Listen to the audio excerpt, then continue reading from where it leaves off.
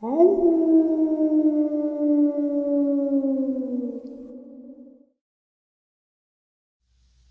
greetings and salutations, everyone, and welcome back to tonight's final bonus upload. We are that much closer to tonight's live stream. I hope to see you all there. Right now, I have a horrifying set of events to share with you. Before that, though, a couple links. As you know, I rely on Patreon, PayPal channel membership, and the merch to help the channel to continue to grow and go. Links to Patreon, PayPal, and channel membership is in the description below. The merch displayed directly under the video. Also, Dogman Frightening Encounters, Volume 1 through 3, the audiobook versions. They all were written and researched by Tom Lyons, narrated and produced by me, Jeff Nadolny. Those audiobooks are available on Audible, Amazon, and iTunes, links to which are also in the description as well. And finally, last but definitely not least, if you'd really like to help support this channel to continue to grow and go, simply subscribe. It does not cost a cent. Click that like button. It takes half a second.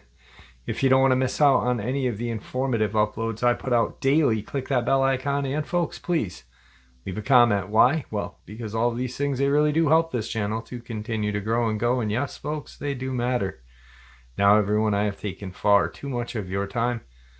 Let's jump in to this final Saturday night bonus, shall we? Today's first encounter. One evening back in high school, a couple of friends and myself drove out to a very rural spot to get stoned and hang out. There wasn't a lot to do in my small hometown of rural Indiana, so these country cruises, as we call them, to random locations was normally the highlight of our weekend. There were lots of these spots that we frequented.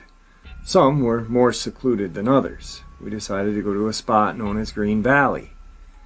It was a public lake and fishing area, so it technically closed after dark.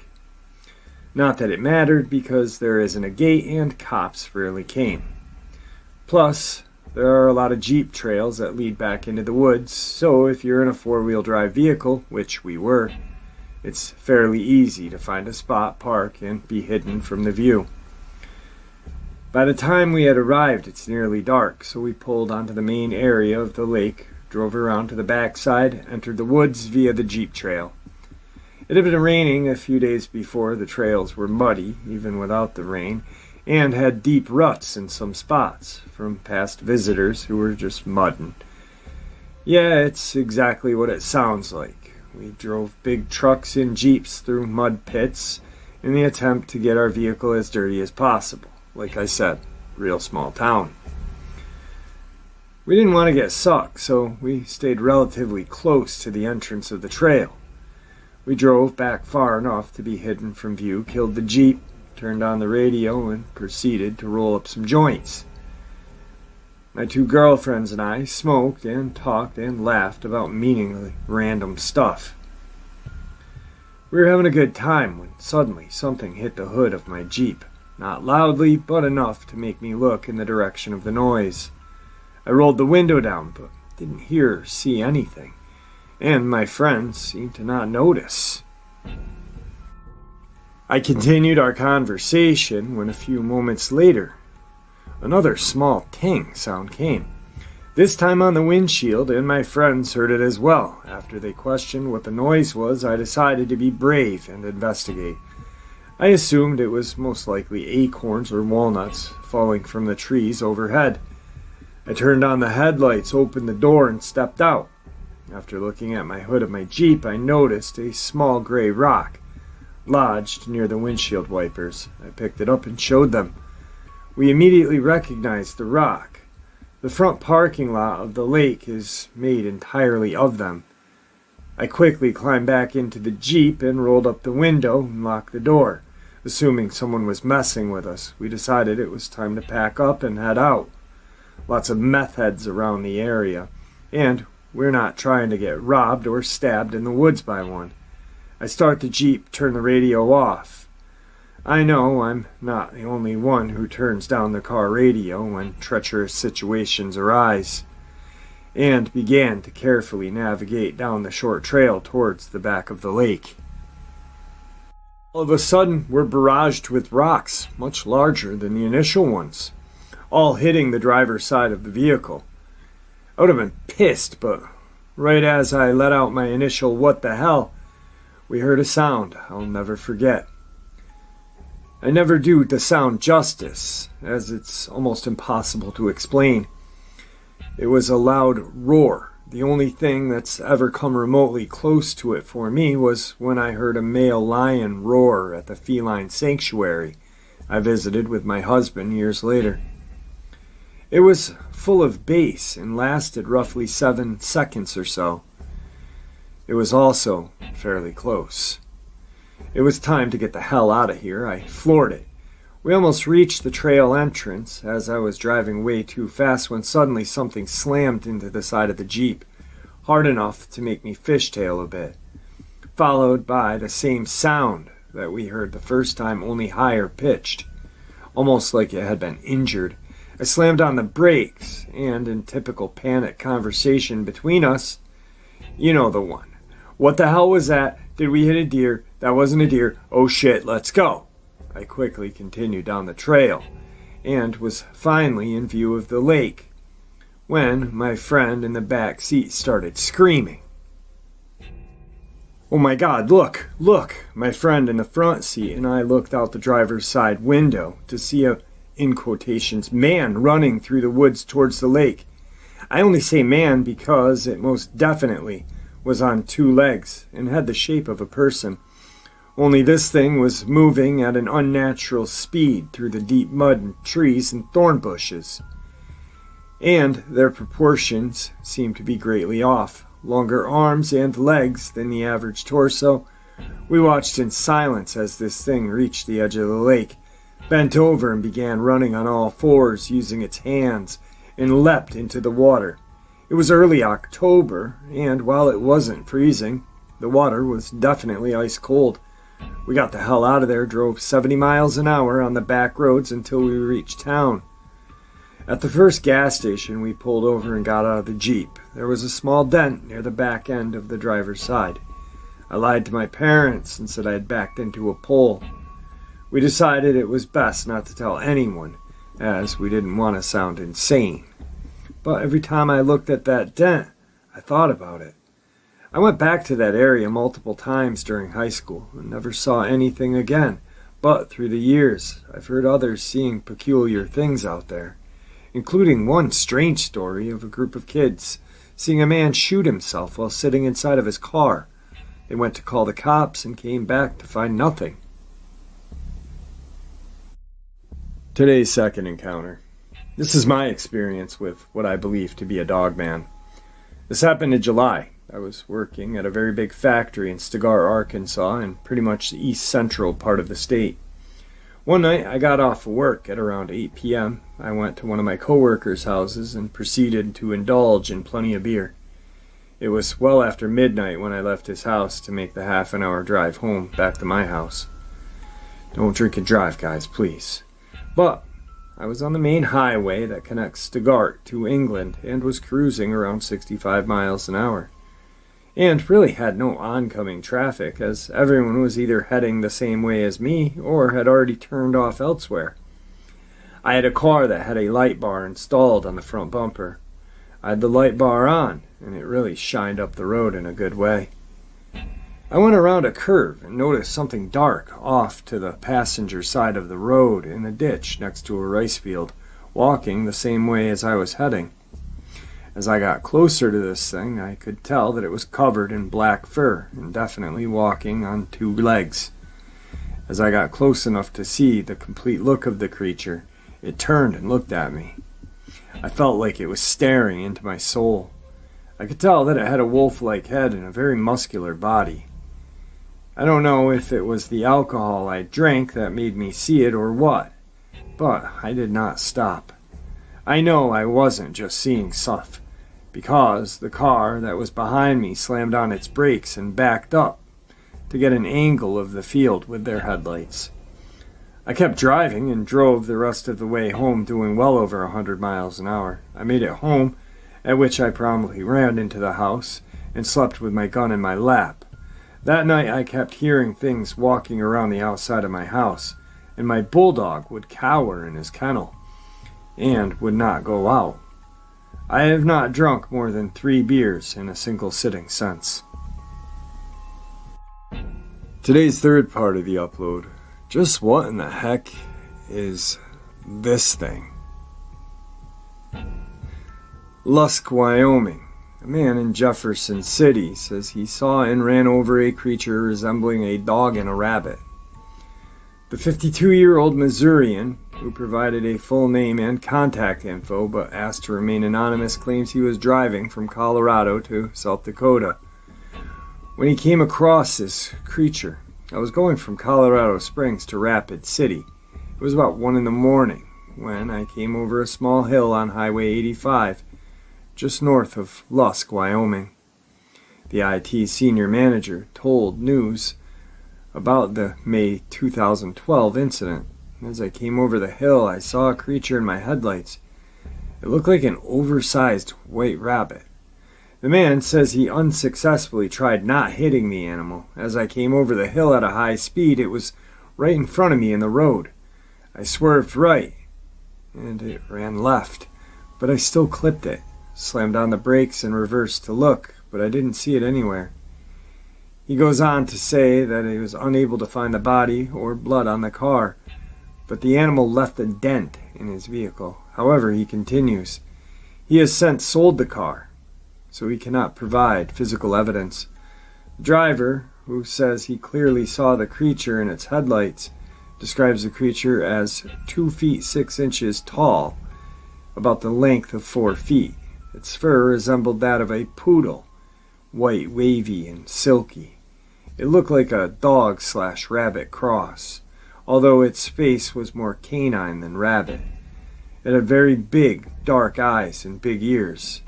It hopped like a rabbit with its huge hind feet, but much slower, he said. The eyewitness added that he had never seen anything strange before in his life. In 2016, a child in Wisconsin claimed to have seen a horned rabbit. Arizona author and Bigfoot researcher Mitchell Waite in 2014 said he and his team had seen a giant rabbit, but were not able to capture it in the video due to the unexpected camera malfunction. They believe that it could be linked to the additional strange activity linked in the area.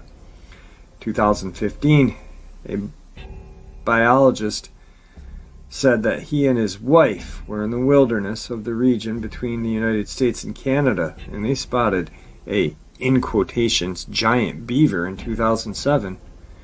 In 1983, a man allegedly encountered a similar creature in an undisclosed location in the state of Maine.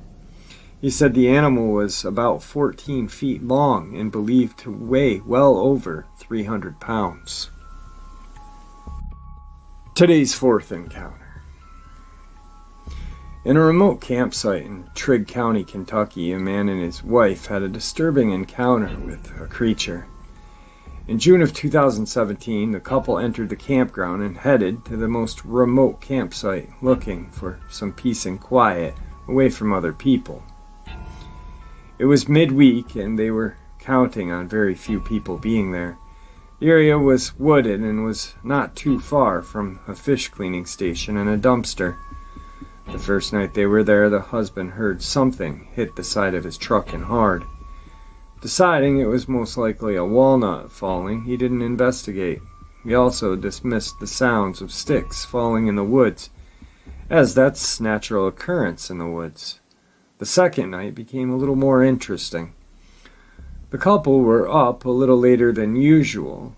Having been on the phone with some friends, they were still talking quietly with each other as they were getting ready for bed.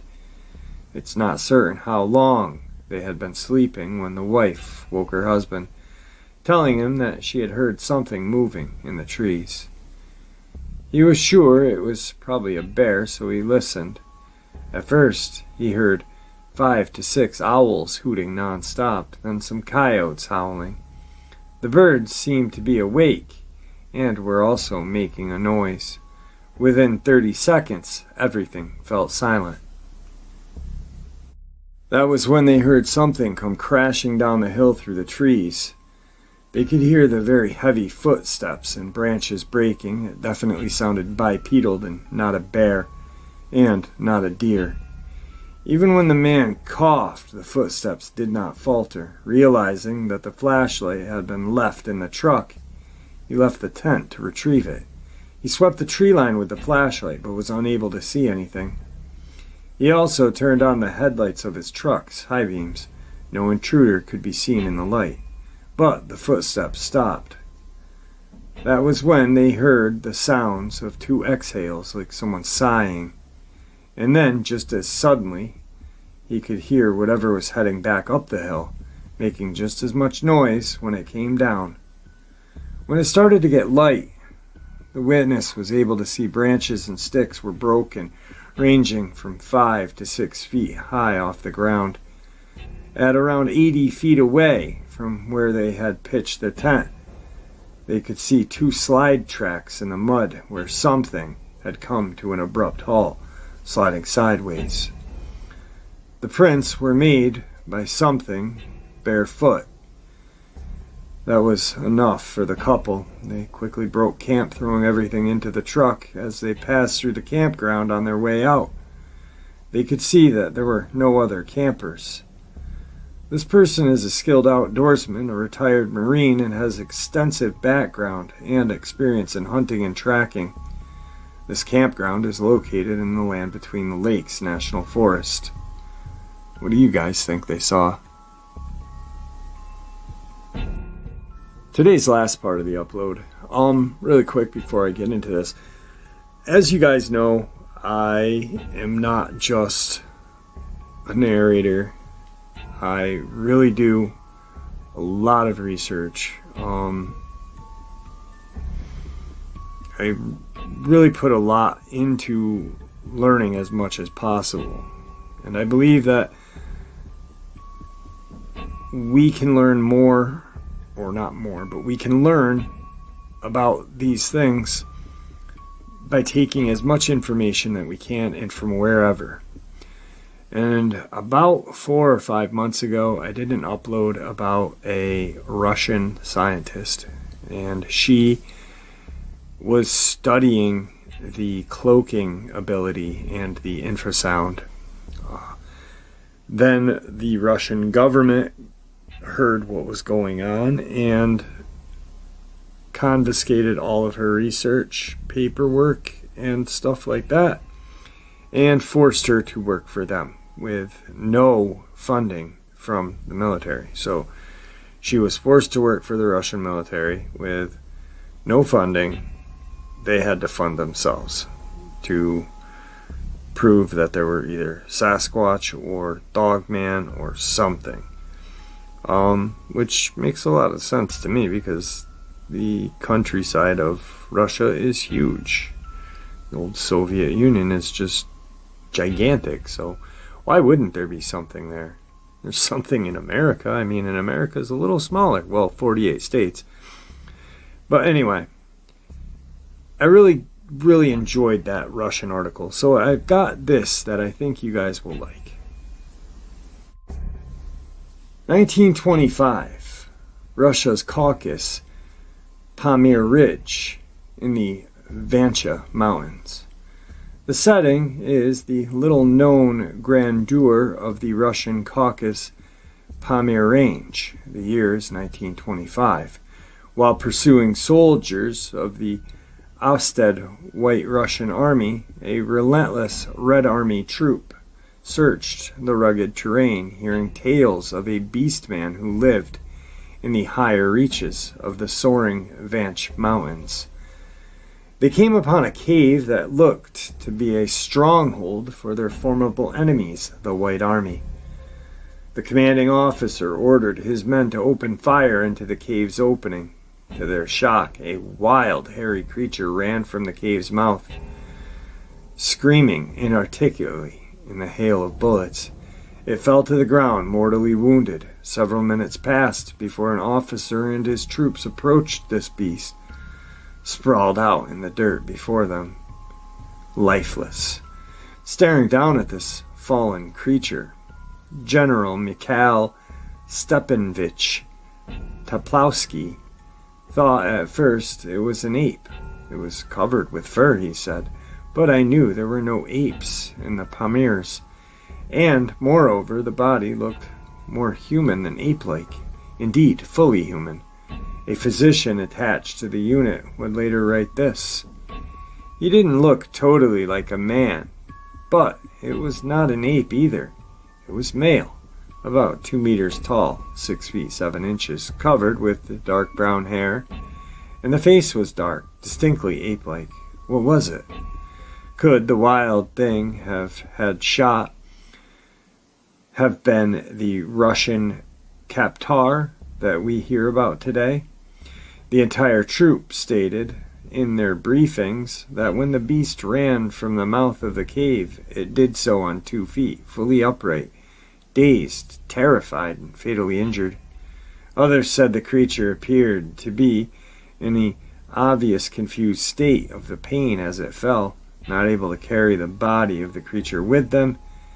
They buried it under a stone covered with cairn near the mouth of the cave. As with many tales passed down through the time, variations in the recounting will occur. In an example, Odette Charmaine wrote a somewhat different description of this creature in her book, The Yeti. She recorded the account this way: "The corpse that was of a male was about 5.5 feet long and covered with dense grayish-brown hair, except for the face, ears, palms, knees, feet, and buttocks. There was shaggy hair on its upper lip. The skin on the hands, knees, and feet were thickly calloused. The face was dark, with dark eyes. A heavy and massive lower jaw, although the teeth were quite large.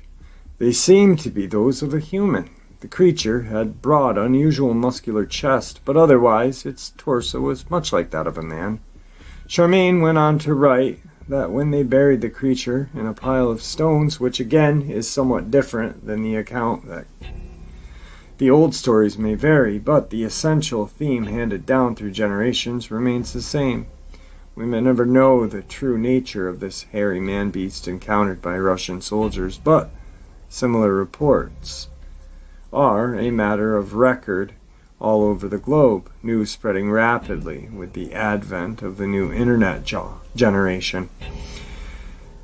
This account is noteworthy for no other reason than the notation of its massive jaw, frequently mentioned in so many other classic accounts. Dr. Myra Shackley wrote the same story this way: "The Pamir Mountains, lying in a remote region where the borders of China, Kashmir, Afghanistan meet, have been a scene of many Almas sighting. In 25, Mikhail Stefanovich, a major general in the Soviet army, led his unit in an assault on an anti-Soviet guerrilla force hiding in a cave. One of the surviving guerrillas said that while in the cave, he and his comrades were attacked by several ape-like creatures. Topolsky ordered the rubble of the cave searched, and the body of one such creature was found." Topolsky reported Shackley, 1983. "At first glance, I thought the body was that of an ape. It was covered with hair all over it, but I knew that there were no apes in the Pamirs. Also, the body itself looked very much like a man. We tried pulling the hair to see if it was just hide used for disguise, but found that it was the creature's own natural hair. When we turned the body over several times on its back and its front and measured it, the body," continued Toposky, "belonged to a male creature, 165 to 170 centimeters, about 5.5 feet tall. Elderly, or even old, judging by the grayish hair on this creature. The chest was covered with brownish hair, and the belly was with grayish hair. The hair was longer but sparser on the chest and close cropped and thick on the belly. In general, the hair was very thick without any underfur. There was at least hair on its buttocks, from which fact our doctor deduced that the creature sat like a human being. There was most hair on its hips. The knees were completely bare of hair and had callous growths on them. The whole foot, including the sole, was quite hairless and was covered by hard brown skin. The hair got thinner near the hand, and the palms had none at all, but only calloused skin. Topolsky then adds, the color of the face was dark. The creature had neither beard nor mustache. The temples were bald, and the back of its head was covered with thick, dark, matted fur. The dead creature lay with its eyes open and its teeth bared. The eyes were dark, and the teeth were large, and even shaped like human teeth. The forehead was slanted, and the eyebrows were very powerful. The protruding jawbones made the face resemble a Mongol-type face. The nose was flat, with a deeply sunken bridge. The ears were hairless, and looked a little more pointed than a human being's. The lower jaw was very massive. The creature had very powerful chest and well-developed muscles. The arms were of normal length. The hands were a slight. Alright guys, definitely a set of horrifying experiences. How about that Russian creature that was killed? Almost resembled kind of when I was describing it, what Steph and his contractor buddies had witnessed at one time. Anyway, guys, I truly do appreciate all of the support. Your support is what makes this channel honestly so special and what continues its growth. Please stay safe, happy, healthy, and ever vigilant, keeping an eye on our children, our pets, our family, and friends. These creatures are real, they are out there, and they are dangerous. Share this information with the people you love and care about, and it may just help save their lives someday. Until next time, never stop asking questions. Never. Never stop pushing back, and God bless you all.